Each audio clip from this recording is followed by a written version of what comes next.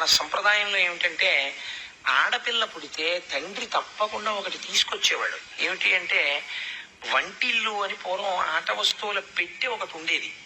అందులో చిన్న మూకుడు, ఓ పొయ్యి, ఇంతంత పుల్లలు, ఇంతంత గరిట్లు, పాత్ర సామాను అన్నీ ఉండేవి. పిల్లలు కూడా ఏమడిగేవారంటే, నాన్నగారండి నాకు ఇంటి సామాను కొనిపెట్టరా, ఇంటి సామాను కొనిపెట్టరా అని అడిగేవారు.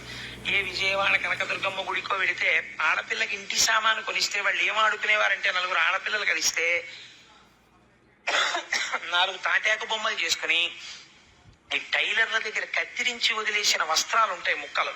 ఆ ముక్కలు తెచ్చుకుని పెట్లలో పెట్టి దాచుకుని చిన్న చిన్న ప్లాస్టిక్ పెట్లలో మా అమ్మాయికి 20 చీరలు ఉన్నాయి అని చెప్పి ఆ చీర అందంగా కట్టి ఆ తాటాకు బొమ్మకు బొట్టు పెట్టి ఆ తాటాకు బొమ్మని ఇలా తిప్పి దాని వెనక నుంచి చక్కగా ఇలా జడల్లి దానికి 2 కనకాంబరం పూలు, చిన్ని పూలు పెట్టి మా అమ్మాయి ఎంత బాగుంటుందో అని అలా పక్కింటి వాళ్ళని చెప్పి వాళ్ళ దగ్గర ఒక ఇల్లు వ్యవహారం ఉండేవి. వాళ్ళ అబ్బాయిని వీళ్ళు పెళ్లి చేసుకున్నట్టు నిన్నను ఇంట్లో చేసిన జంతికలు కొన్ని దాచుకునేవారు. తర్వాత రోజు ఈ బొమ్మల పెళ్లిళ్లలో తినడానికి మా బియ్యాలారు వస్తున్నారు ఇవాళ మా ఇంటికి మా అల్లుడు వస్తున్నాడని చెప్పి అది తినండి అని చెప్పి ఆ చిన్ని పెళ్ళాల్లో జంతిక ముక్కలు వేసి పెడితే వీళ్ళు టాపు చేసేవారు.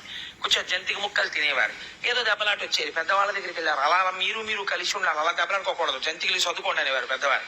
కాబట్టి చిన్నతనం నుంచే ఒక అందమైన కుటుంబ వ్యవస్థ, కుటుంబ జీవనం, ఆడపిల్ల అంటే ఇంటినంతటినీ చక్కగా సముదాయించగలిగిన శక్తి, ఒక ఓర్పు, ఒక మాటకి తొందరపడిపోయి తిరిగి 10 మాటలు అనకపోవడం, ఇలాంటి లక్షణాలు సంస్కృతిలో ప్రోతి చేసేవారు. కాబట్టి ఆట యందు కూడా అంత సంస్కారాన్ని నిక్షేపించేవారు.